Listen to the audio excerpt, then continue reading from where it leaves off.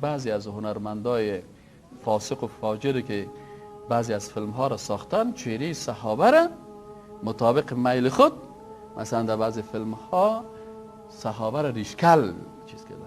این از اشتباهات اونمو کسایی است که فیلم میسازن و اونا تمام بخش ها را چیز نکردن.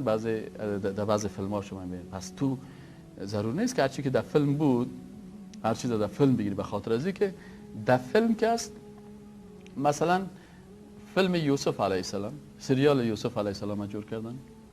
در سریال یوسف علیه السلام کل قصه یوسف علیه السلام در 1 ساعت ختم میشه. خب وقتی که میخوایم از یک سریال 1 ماه جور بکنن، مجبور هستن 80% قصه از این از کتاب‌های قدیمی از بایبل گرفتن. ای فوتیفار و پوتیفار و مچم چطور این پایش گرفتن، 80% از اینا گرفتن. و شما در بایبل است، چون کلی با جزئیاتش در قرآن نامده. قرآن کتاب قصه خوانی نیست. قصه‌ای که مثلا زلیخا دوباره پس جوان میشه، این از قصه های خرافاتی که در بین مردم رواج داره در قرآن سنت نامده. برن 80% از این 60% از این از اسرائیلیات است گرفتن، از کتاب‌های قدیمی بایبل و تورات و انجیل، و 20% دیگه از اینکه از قصه های خیالی است که در خرافات و قصه های خیالی که یک هنرمند در عالم خیال بعضی چیزها را خیالی تصور میکنه.